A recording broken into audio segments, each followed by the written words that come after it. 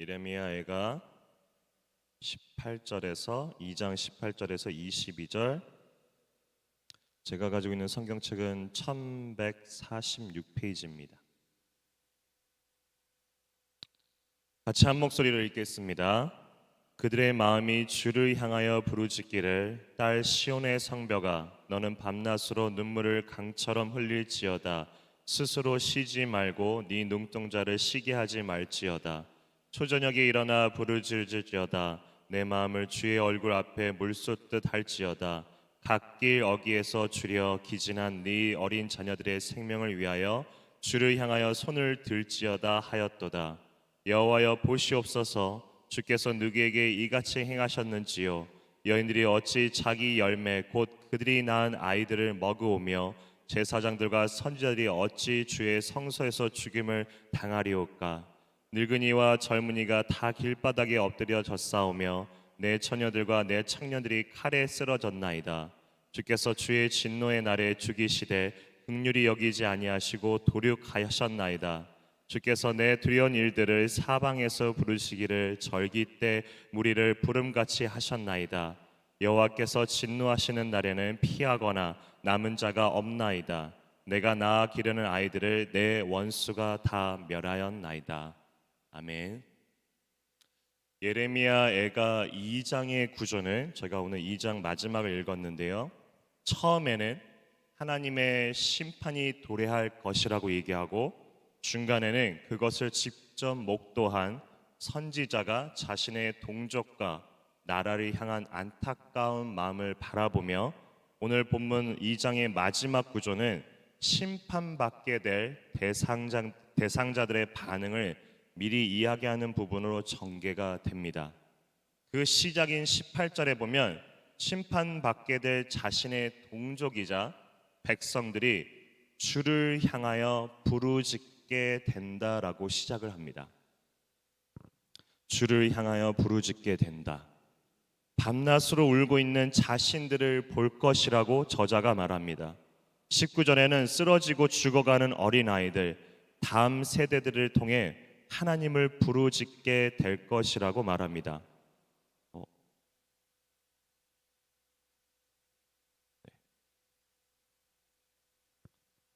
그 심판의 날이 얼마나 처참한지 20절에는 어머니가 자신의 아이를 먹게 된다고까지 표현을 하고 있습니다.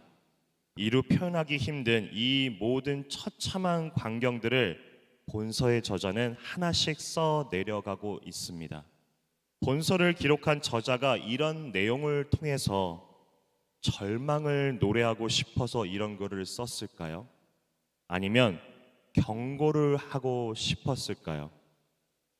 어제 말씀드렸듯이 성경에 읽어보게 된 큰 테마는 저는 개인적으로 순종과 불순종의 이야기라고 말씀을 드렸습니다.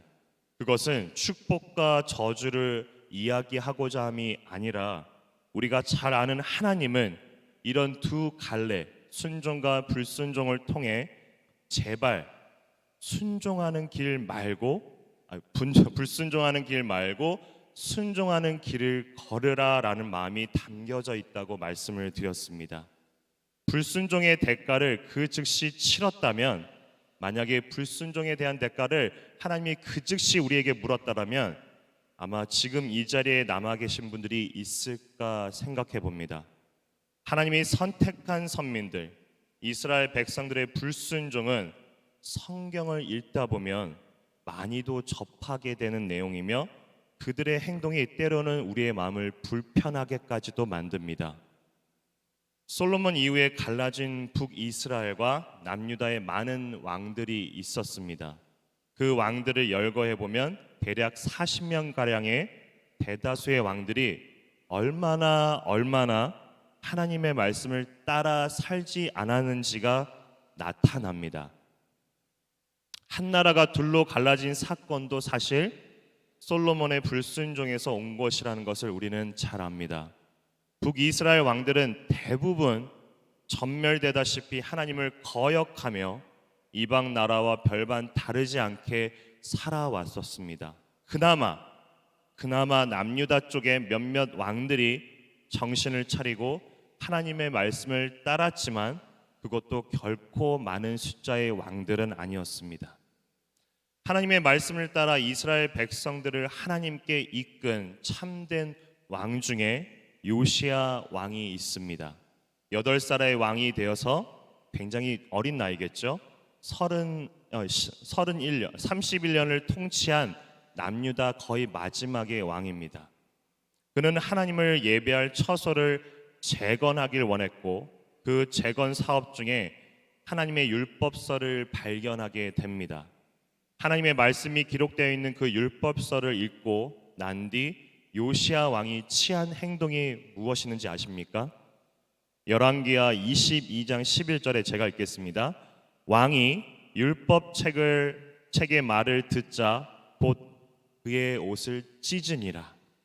왜 이 왕이 요시야 왕이 자신의 옷을 찢었냐면 13절에 너희는 가서 나와 백성과 온 유다를 위하여 이 발견한 책의 말씀에 대하여 여호와께 물으라. 우리 조상들이 이 책의 말씀을 듣지 아니하며 이 책에 우리를 위하여 기록된 모든 것을 행하지 아니하였으므로 여호와께서 우리에게 내리신 진노가 크도다라고 얘기합니다. 자신의 아버지 요시야, 자신의 아버지, 자신의 할아버지 그리고 선조들이 하나님 말씀을 지키지 않았으며 불순종으로 살아왔던 것을 요시야 왕이 율법서, 즉 오늘날로 얘기하면 우리가 갖고 있는 이 성경책을 들어서 그들의 불순종들을 바라보게 됩니다. 즉 불순종한 자신들의 조상들과 백성들을 보게 된 후에 요시야 왕이 분노와 그리고 화와 그리고 하나님 앞에 죄송한 마음 가운데 옷을 찢게 되는 겁니다. 그 뒤 요시야 왕은 남유다 나라의 전체적으로 종교 개혁을 실행시킵니다. 먼저는 우상신들을 무너뜨리고 옛적부터 있던 하나님께 경배하며 예배하는 일을 다시 시작하게 됩니다. 방금 읽었었던 13절에도 보면 이 책에 우리를 위하여 기록된 모든 성경, 즉 하나님의 말씀이 우리를 위해 기록됐다라는 것을 요시야 왕이 깨닫게 됩니다. 요시야 왕, 그가 한 것은 올바른 하나님 말씀 앞에서 순종함으로 회개하고 용서를 구하며 하나님을 예배하는 삶으로 살아가는 발걸음이었습니다. 이는 오늘을 살아가는 우리의 발걸음이 어디를 향해야 하는지를 보여주기도 합니다. 오늘 우리의 발걸음은 단순히 오늘 우리의 하루, 간단하게 오늘 하루 바로 지금 우리의 발걸음은 어디를 향해야 할까를 생각해 보게 됩니다. 간단하게 순종인가 불순종인가, 아니면 하나님을 알아가는 삶인가, 우리의 발걸음이 하나님을 저버리는 삶인가. 자신을 돌아보아 점검해 보며 오늘을 은혜 위에 살아가시는 저와 사랑하는 성도님 되시기를 기도하겠습니다. 기도합니다. 참 좋으신 하나님 아버지, 감사합니다.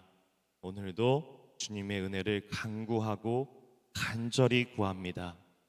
하나님, 하나님의 말씀 앞에 섰을 때 요시야 왕이 했었던 것처럼 그 올바른 말씀 가운데 깨달을 수밖에 없고 하나님의 말씀을 들을 수밖에 없으며 우리들의 마음 가운데, 본질 가운데 근본적으로 하나님의 말씀을 거역하려고 하는, 불순종의 길로 들어서려고 하는 우리의 발걸음들을 돌이켜 하나님 앞에 말씀 위에, 은혜 위에 설 수 있는 발걸음이 되게 하여 주시옵소서. 오늘도 그러한 발걸음으로 우리의 발걸음을 옮기시며 우리를 은혜 위에, 하나님의 그 사랑 위에 덮으시는, 하나님의 그늘 위에 우리를 두시는 우리 하나님을 바라보며 살아갑니다. 하나님 힘주시고 함께하여 주시옵소서. 감사합니다. 예수 그리스도의 이름으로 기도합니다. 아멘.